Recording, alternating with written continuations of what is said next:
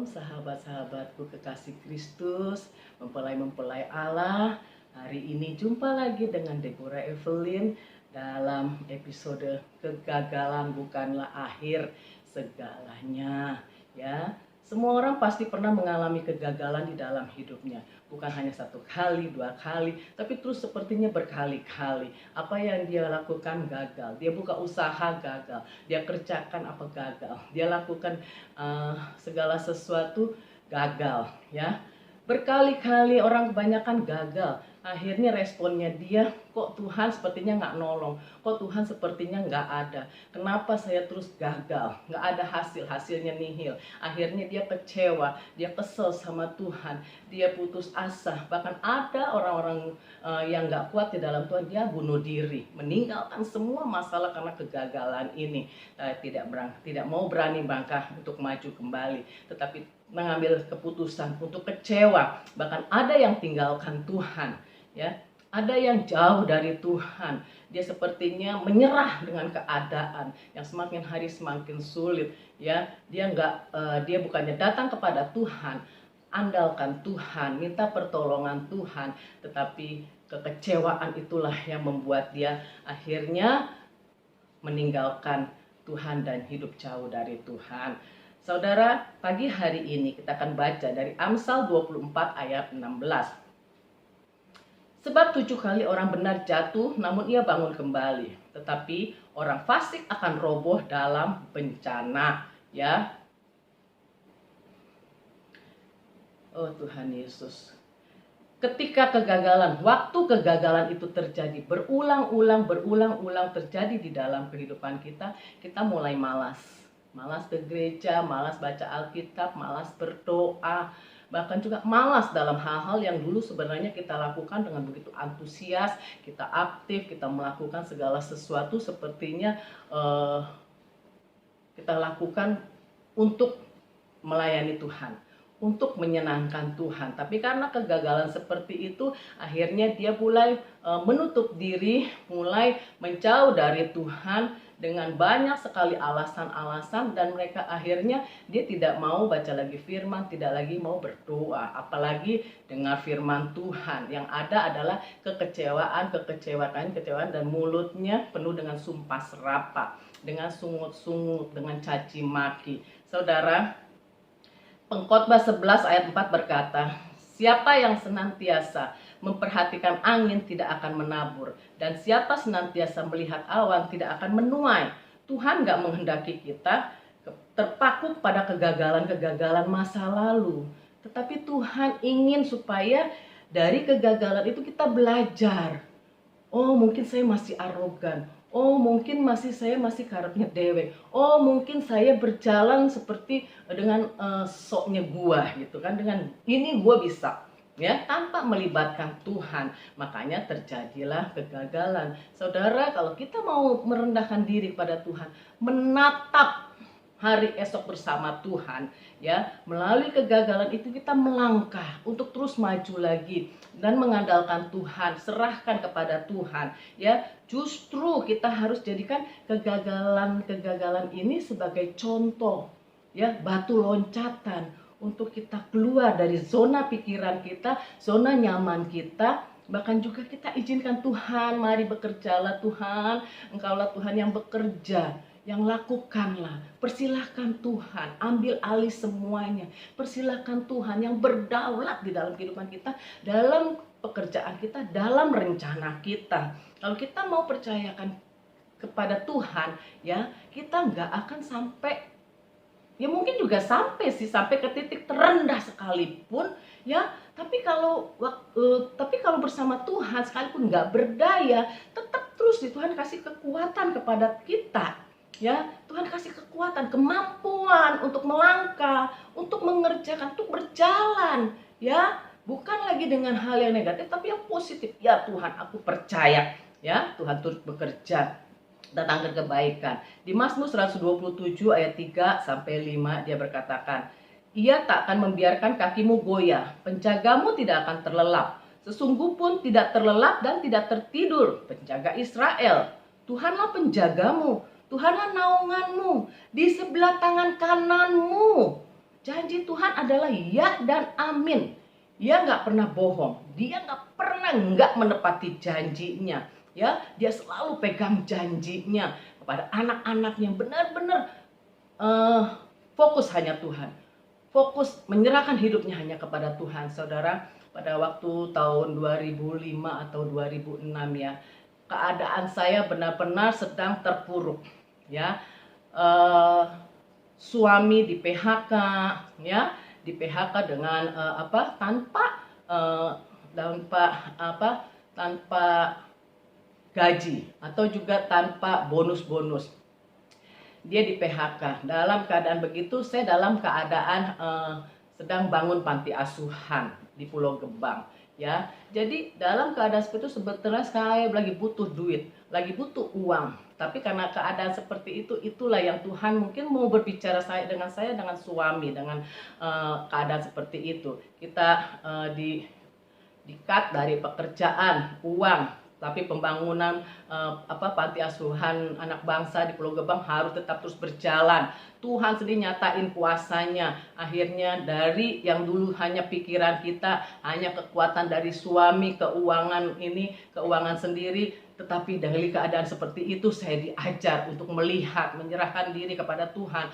Sampai orang yang gak kenal pun bisa nyumbang untuk panti asuhan Pulau Gebang itu. Terus mengalir, sedangkan kita sendiri juga terus walaupun kita berusaha dari Buaran, akhirnya kita jual rumah, kita pindah ke Bekasi Harapan Indah. Di sana kita berusaha untuk jual air aqua, Erosmo waktu itu di sana.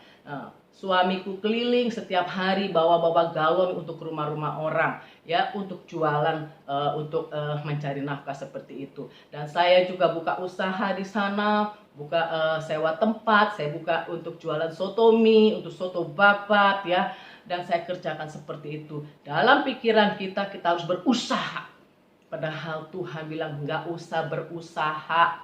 Karena kalau kita berusaha, Tuhan sendiri akan ngeliatin aja apa yang kita kerjakan. Ternyata nggak ada hasilnya, saudara-saudara. Yang ada adalah sakit pada kaki suami saya itu, yang terjadi sampai sekarang nih. Kakinya akhirnya tertatih-tatih karena terlalu bawa gendong galon yang begitu banyak setiap hari, saudara. Dan usaha saya itu juga, dagangan saya itu akhirnya melorot. Nggak ada yang beli, tidak ada yang beli. Tuhan nggak kita, bukannya Tuhan nggak kirim, tetapi memang tidak ada pembeli. Ya, hanya beberapa gitu, akhirnya yang mendatangkan kerugian. Dengan kata sepakat, langsung saya suami istri berkata, cukup sudah. Nggak usah cari duit, kita berdoa, kita cari Tuhan, kita andalin Tuhan. Kembali saya pelayanan ya. Karena dalam waktu kita usaha, kita nggak ada pelayanan. Kita berdoa, hanya berdoa minta dikirim pembeli. Ya, tapi bukannya berdoa untuk minta jiwa-jiwa supaya diselamatkan. Itulah yang Tuhan kerjakan di dalam kehidupan kita. Berhenti dagang, berhenti usaha, dan terus ngandalin Tuhan. Ikut dalam persekutuan, ikut dalam pelayanan. Dan saudara, tanpa terasa, Tuhan buka jalan. Beberapa tahun kemudian saya dari Harapan Indah akhirnya saya pindah ke Lipo. Di Lipo inilah saya terus berkembang. Saya tetap terus mengandalkan Tuhan, dan suami saya dibukakan pekerjaannya kembali. Dia bekerja sampai saat ini sebagai sales genset ya. Tuhan begitu baik. Kalau kita nggak benar di hadapan Tuhan, Tuhan akan cut semua jalan-jalan yang kita rencanakan, jalan-jalan yang kita pikir ini benar. Tetapi bukan karena kuat dan gagah kita, tetapi karena Tuhan yang memberkati kita ya. Bukan dengan susah payah mencari nafkah, tetapi berkat Tuhanlah yang menjadikan saya kaya, menjadikan kita kaya. Itu terjadi, saudara. Sampai hari ini kita nggak kekurangan suatu apapun. Tuhan sediakan, Tuhan bukain jalan. Karena itu saudara, andalkan Tuhan, percaya ya. Bukan dengan kuat dan gagah kita, karena aku bisa, karena aku mampu, karena kepandaianku di situ, karena lulusanku di situ. Tanpa mengandalkan Tuhan, sia-sia semuanya. Cuman capek, keringetan, lelah. Akhirnya apa? Bete, kita kesel sendiri, marah sendiri. Karena itu saudara-saudaraku, percayalah, tetap terus pegang. Dalam segala perkara apapun juga Tuhan turut bekerja. Datangkan kebaikanmu Tuhan. Datangkan kebaikanmu Tuhan. Tunjukkanlah jalanmu Tuhan. Apa yang saya lakukan. Kalau memang gak benar Tuhan, cut semua jalan. Supaya saya kembali kepadamu Tuhan. Karena yang aku inginkan bukanlah harta di bumi, tetapi harta di surga. Kekekalan. Ya, yang Tuhan sudah sediakan, jangan sampai itu hilang dari kita karena kita akhirnya terikat oleh mammon, oleh uang, oleh keserakahan dan ketamakan kita, hingga kita undur dari Tuhan. Kita nggak andelin Tuhan lagi. Tuhan sendiri yang menjamin hidup kita. Kan itu percaya. Kembali saudara, kalau saudara saat-saat ini ya, yang saudara pikirin harus usaha apa, berbuat apa, bagaimana, harus bukan harus, yang harus adalah duduk diam di kaki Tuhan, nyanyi muji tembah Tuhan, berdoa, naikkan ucapan syukur pada Tuhan. Itulah ya berkat yang akan Tuhan curahkan bagi kita yang benar-benar sama Tuhan, ya, yang benar-benar mengandalkan Tuhan. Kita akan lihat kuasanya Tuhan itu terjadi dalam hidup kita, ya. Tuhan sendiri akan nyatakan kemuliaannya. Kita akan dibawa dari kemuliaan sampai kemuliaan, dari glory sampai glory. Kalau kita benar, Tuhan saya nggak mampu, Tuhan saya nggak bisa berbuat apa-apa tanpa Engkau Tuhan.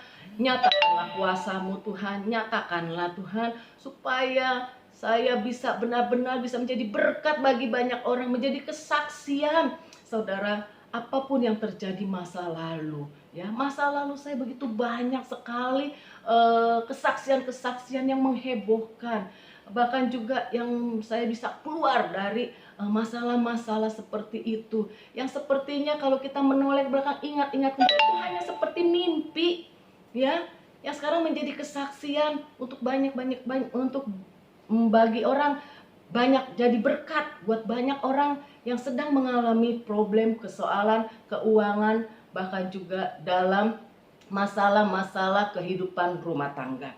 Saudara, tetap percayakan kepada Tuhan, tetap terus berjalan bersama Tuhan, dan biarlah Tuhan sendiri yang akan beracara di dalam hidup saudara, dan Tuhan akan berikan apa yang tidak pernah kau pikir, gak pernah terlintas dalam hati, yang tidak pernah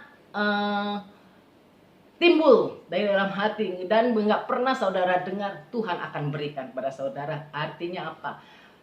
Tiba-tiba semua di luar pikiran kita, itu yang Tuhan kasih. Tuhan sudah sediakan buat kita. Karena itu jangan takut, tetap terus percaya. Mimpi indah akan terjadi dari Tuhan yang tidak pernah terpikirkan, dan kita bisa menjadi berkat buat banyak orang dan memberkati, menguatkan orang melalui kesaksian-kesaksian hidup kita. Salam bahagia, dan Tuhan Yesus memberkati kita. Tuhan Yesus yang akan menolong kita, dan Tuhan Yesus yang akan beserta dengan kita dari saat ini sampai kekekalannya. Salam bahagia, sampai jumpa, bye bye.